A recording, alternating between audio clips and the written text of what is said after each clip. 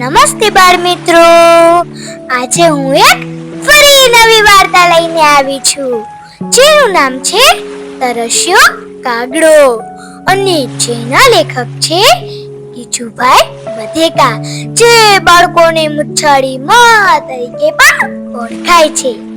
તો ચાલો હવે આપણે વાર્તા શરૂ કરીએ. અને જો તમે મારી ચેનલને લાઈક કરી દેજો, શેર કરી દેજો અને સબસ્ક્રાઇબ કરી દેજો. તો ચાલો હવે આપણે વાર્તા શરૂ કરીએ. તમે બધા તૈયાર છો ને બાળ મિત્રો? તો ચાલો.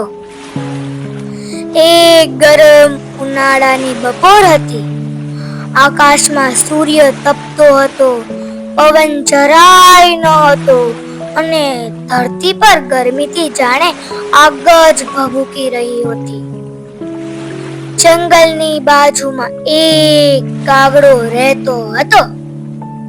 આખો દિવસ તે ખોરાક માટે ફર્યો, પણ ગરમી એટલી વધી ગઈ કે તેને ખૂબ જ તરસ લાગી. કાગડો પાણી શોધવા માટે ઉડવા માંડ્યો. તે વૃક્ષ પર ગયો, ત્યાં પાણી ન હતું.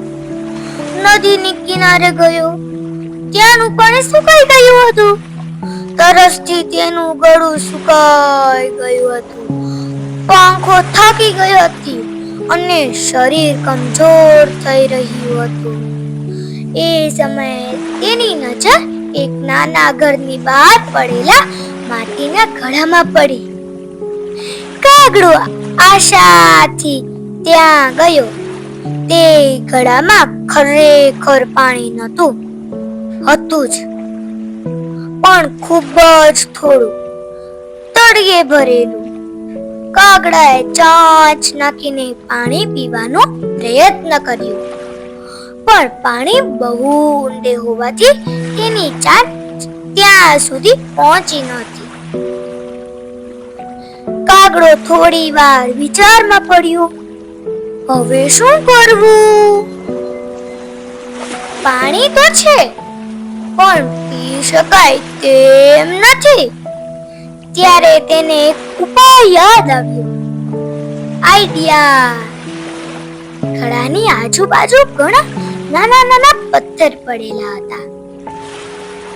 કાગડાએ એક પછી એક પથ્થર ચાંચમાં લઈને ઘડામાં નાખવા માંડ્યું. થોડી વાર પછી ઘડામાં પાણીનું સ્તર ધીમે ધીમે ઊંચું આવવા માંડ્યું. પાણી એટલું વધી ગયું કે કાગડો આરામથી પી શકે. તેણે પોતાની તરસ બુઝાવી થોડી વાર તાકાત મેળવી અને ખુશખુશાલ ઉડી ગયો. આ વાર્તામાંથી આપણે એ શીખવા મળે છે કે સમજદારી અને ધીરજથી મુશ્કેલીનો ઉકેલ મળી શકે છે. હાર માનવાને બદલ વિચાર કરીને કામ કરવું જોઈએ. અને જો આવી નવી વાર્તાઓ શીખવા માટે મારી ચેનલને લાઈક, શેર અને સબસ્ક્રાઇબ કરી દેજો. Thank you.